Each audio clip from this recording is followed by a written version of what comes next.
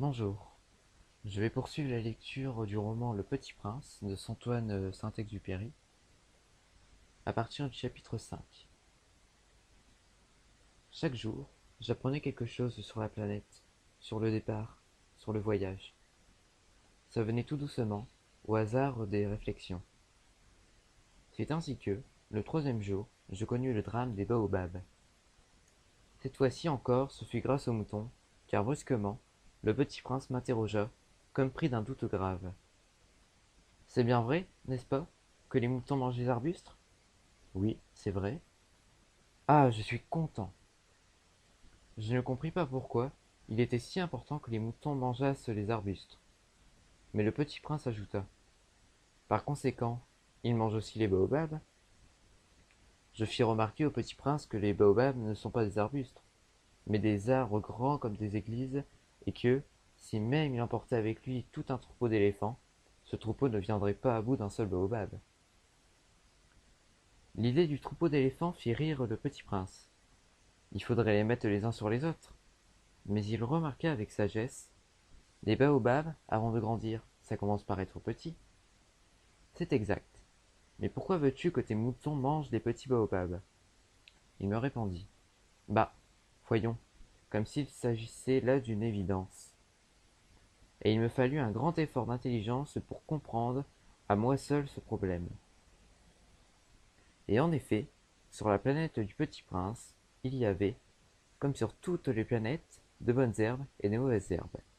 Par conséquent, de bonnes graines, de bonnes herbes, et de mauvaises graines, de mauvaises herbes. Mais les graines sont invisibles. Elles dorment dans le secret de la terre jusqu'à ce qu'il prenne fantaisie à l'une d'elles de se réveiller. Alors elles s'étirent et poussent d'abord timidement vers le soleil une ravissante petite brindille inoffensive. S'il s'agit d'une brindille de radis ou de rosier, on peut la laisser pousser comme elle veut. Mais s'il s'agit d'une mauvaise plante, il faut arracher la plante aussitôt, dès qu'on a su la reconnaître. Or, il y avait des graines terribles sur la planète du Petit Prince. C'étaient les graines de baobab. Le sol de la planète en était infesté. Or, un baobab, si l'on s'y prend trop tard, on ne peut jamais plus s'en débarrasser. Il encombre tout sur la planète. Il a perd fort de ses racines, et si la planète est trop petite, et si les baobabs sont trop nombreux, ils la font éclater. C'est une question de discipline, me disait plus tard le petit prince. Quand on a terminé sa toilette du matin, il faut faire soigneusement la toilette de la planète. Il faut s'astreindre régulièrement à arracher les baobabs dès qu'on les distingue d'avec les rosiers auxquels ils ressemblent beaucoup quand ils sont très jeunes. C'est un travail très ennuyeux, mais très facile. Et un jour, il me conseilla de m'appliquer à réussir un beau dessin, pour bien faire entrer ça dans la tête des enfants de chez moi. S'ils voyageaient un jour, me disait-il, ça pourra leur servir. Il est quelquefois sans inconvénient de remettre à plus tard son travail. Mais, s'il s'agit des baobabs, c'est toujours une catastrophe. J'ai connu une planète habitée par un paresseux. Il avait négligé 3 arbustes. Et, sur les indications du petit prince, j'ai dessiné cette planète-là. Je n'aime guère prendre le ton d'un moraliste, mais le danger des baobabs est si peu connu, et les risques courus par celui qui s'égarerait dans un astéroïde sans si considérable, que, pour une fois, je fais exception à ma réserve. Je dis, enfants, faites attention aux baobabs. C'est pour avertir mes amis d'un danger qu'ils frôlaient depuis longtemps, comme moi-même, sans le connaître, que j'ai tant travaillé ce dessin-là.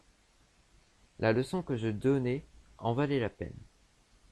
Vous vous demanderez peut-être pourquoi n'y a-t-il pas, dans ce livre, d'autres dessins aussi grandioses que le dessin des baobabs? La réponse est bien simple. J'ai essayé, mais je n'ai pas pu réussir. Quand j'ai dessiné les baobabs, j'ai été animé par le sentiment de l'urgence. Chapitre 6. Ah, petit prince, j'ai compris, peu à peu, ainsi, ta petite vie mélancolique. Tu n'avais eu longtemps pour distraction que la douceur des couchers de soleil. J'ai appris ce détail nouveau le 4e jour au matin quand tu m'as dit. J'aime bien les couchers de soleil. Allons voir un coucher de soleil. Mais il faut attendre. Attendre quoi? Attendre que le soleil se couche. Tu as l'air très surpris d'abord. Et puis, tu as ri de toi-même. Et tu m'as dit, je me crois toujours chez moi.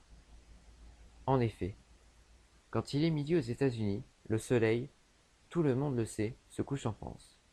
Il suffirait de pouvoir aller en France en 1 minute pour assister au coucher de soleil. Malheureusement, la France est bien trop éloignée. Mais, sur, sur ta si petite planète, il te suffirait de tirer ta chaise de quelques pas, et tu regardais le crépuscule chaque fois que tu le désirais. Un jour, j'ai vu le soleil se coucher 44 fois.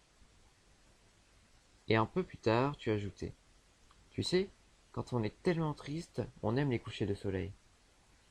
Le jour des 44 fois, tu étais donc tellement triste? Mais le petit prince ne répondit pas.